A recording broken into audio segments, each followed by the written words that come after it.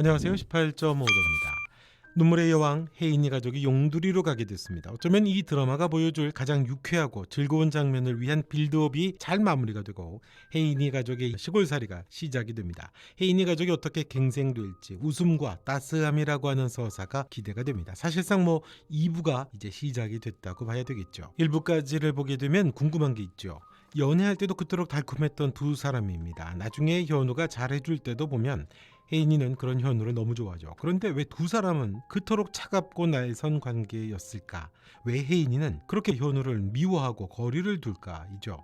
현우가 재벌 집안에 어울리지 못해서라고만 하기에는 현우는 또 그렇게 소심해 보이지도 않거든요. 그리고 용두리는 왜 중요할까? 그 이야기를 좀 해보려고 합니다. 혜인이와 현우는 참 특이한 점이 있습니다. 특이한 차이점이죠. 혜인이는 늘 혼자라는 겁니다. 반면에 현우는 사람들과 잘 어울리죠. 친구들도 많고 정기적인 모임도 갖고 캠핑도 즐깁니다. 두 사람이 좀 상반되죠. 가족들과도 어울리는 걸 보면 두 사람은 차이점이 큽니다. 혜인이는 아쿠아리움에서 데이트할 때도 통째로 대관을 해버립니다. 주변에 아무도 없습니다. 식당을 가도 통째로 빌리죠. 둘이 데이트할 때도 보면 두 사람만 있는 자리가 많습니다. 재벌이니까 현우랑 둘이 있고 싶어서 가능하기는 합니다만 그게 잦았던 걸로 보이죠. 그걸 현우는 운명이라고 오해를 합니다.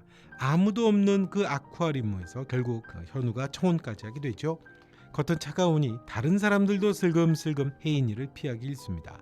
곁에 오는 사람이 없죠. 가족마저도 혜인이와 그렇게 거리를 둡니다. 혜인이를 이해해야 하는 가장 중요한 장면은 엄마의 거절이었죠. 물에 빠졌고 그런 자신을 구하려다가 오빠가 죽은 걸로 나옵니다. 진짜 오빠가 구하다 죽은 건지 진짜 구하려던 주인공이 누구인지 다른 사람인지는 나중에 나오겠습니다만 엄마 서은아는 아들을 잃었다는 슬픔으로 인해서 반사적으로 혜인이를 거절합니다. 그게 혜인이에게는 돌이킬 수 없는 정체성이 돼버린 듯합니다. 오빠를 잃은 상실과 또 자기 때문이라는 죄책감 그리고 가족들로부터의 거절감이 더해졌죠. 학교에서 친구들도 없어 보이고요. 고립된 혜인이는 꽤 깊은 병을 갖고 있던 걸로 보입니다. 현우는 그런 혼자였던 혜인이 세상에 쑥 들어온 사람입니다.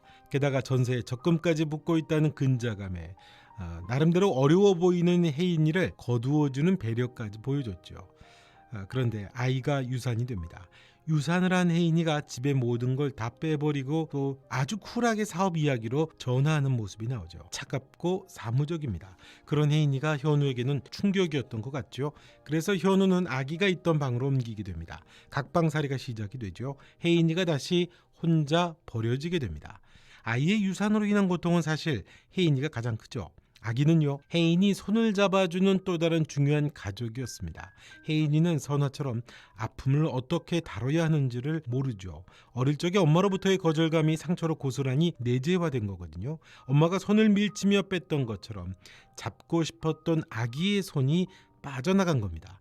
혜인이에게는 아픈 부분이죠. 그냥 열심히 일을 향해 가는 게 자신이 이겨내는 방법이라고 믿었던 것 같습니다. 그래서 반드시 일조 클럽이라고는 목적도 있죠. 현우마저 각방살이로 그런 데 가버립니다. 현우도 손을 놓아버립니다. 물론 현우야 재벌 집안의 비인간적이고 차가운 감성에 질려버리고 숨이 막히니 그랬겠지만 혜인이를 정말로 혼자 두게 됐다는 걸 현우는 몰랐죠. 현우의 또 인상적인 장면이 있습니다. 범주는 현우의 뒷조사를 했었는데 키워드는 현우의 혼자 놀기였습니다. 혼자 운동장을 돌고 혼자 밥을 먹고 혼자 야구장을 가고 그래서 영상을 보는 혜인이도 혼자 뭐하는 거야 라는 말을 하죠. 운동장에서 다정하게 함께 걷고 뛰는 사람들을 보여줄 때 혜인이 그럽니다. 사람들이 쌍쌍이 뛰는데 왜 지는 혼자서 뛰고 난리야 그렇게 말을 하죠. 연결 지점이 있죠. 늘 혼자인 혜인이와 비슷합니다. 현우의 미묘하고도 깊은 헤아림이고 공감으로도 해석될 수 있습니다. 물론 답답하다라고도 볼 수 있지만 혜인이가 늘 혼자라고 하는 이 키워드에 깊은 공감이 느껴집니다. 그 장면이야말로 현우의 깊은 사랑을 담아냈다고도 보이더라고요. 두 사람의 데이트에서 인상적이었던 곳 중에 하나가 전철 안이었습니다. 자동차도 있고 택시도 있는데 왜 전철을 타냐고, 왜 사람들 많은 곳에 이렇게 있냐고 혜인이 전철에서 사람들을 둘러봅니다. 그러니까 현우가 전철을 타면 사람들 구경을 하고 그러면 시간도 잘 가고 그리고 석양을 본다라고 합니다. 군중 속에 묻혀서요.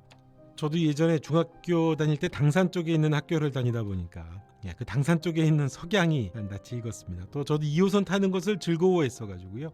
2호선을 타면서 보는 석양의 아름다움을 얘기하는데 공감이 많이 들더라고요.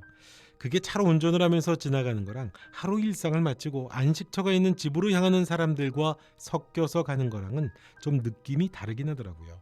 나만 수고했다 그렇게 혼자라는 느낌이 아니고 다들 열심히 사는구나 라는 그런 느낌, 공감. 다른 사람들과 섞여서 간다는 건 그런 의미가 있죠. 아무리 좋은 거라고 해도 그게 혼자만 보는 거랑 다른 사람들과 같이 공감을 하면서 본다는 건 다른 것 같더라고요. 혜인이에게 필요했던 건 사람이잖아요.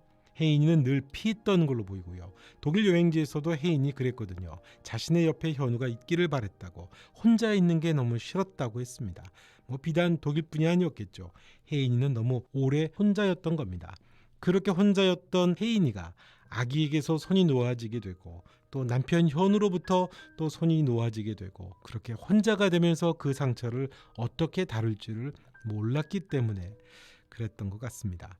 그 석양을 혼자서 바라보는 혜인은 차를 돌려버리라고 하죠. 그러겠죠. 석양 저물어 가고 사라져 갑니다. 시간이 되면 죽게 되는 혜인이가 석양 같죠. 석양 같은 남은 시간인데 그 시간까지 혼자 남겨진다는 건 아주 힘든 일이겠죠. 누군가 위로가 되고 손도 잡아주고 같은 곳도 바라봐주는 사람이 곁에 없다는 것만큼 아픈 일은 없죠. 눈물의 여왕 2부가 되는 용두리는 어떤 곳일까요? 상처와 아픔이라는 게 평생을 따라다니기도 하죠. 그게 왜 생겼는지도 모를 때도 많고 영향을 지속적으로 받기도 됩니다. 혜인이도 모르겠죠. 인식하지 못하는 그 상처들이 반복해서 혜인이를 병들게 하고 아프게 했었다면 용두리는 그 상처를 비로소 흔적으로, 마음의 자국으로, 딱지로만 남게 해주는 것이 되겠죠. 이전에는 현우밖에 없었습니다. 현우마저 손을 놓았기 때문에 혜인이는 그토록 아팠고 그토록 더 날섰고 더 예리했고 더 민감했었던 거죠. 하지만 용두리는 이제 시어머니, 시아버지, 시누이, 시동생 그리고 용두리 마을 사람들까지 있습니다. 혜인이 손을 잡아줄 사람들이 많겠죠. 혜인이의 면역세포는 거기서 왕성해지겠죠.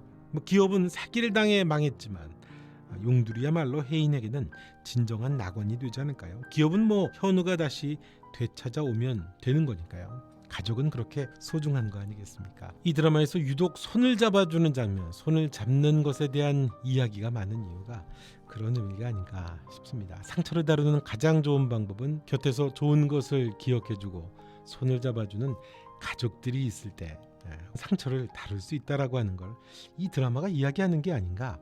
용두리는 그런 병원이 아닌가 생각을 해봅니다. 이번 영상은 여기까지 하겠습니다. 영상 좋으셨다면 구독과 좋아요, 알림 설정도 부탁드리겠습니다. 여러분은 또 어떻게 생각하시는지도 댓글로 남겨주시면 고맙겠고요. 너무 비하하는 표현들이 나오게 되면 그것은 좀 필터를 하겠습니다. 양해 말씀드리겠습니다. 지금까지 18.5도였습니다. 또 뵙겠습니다.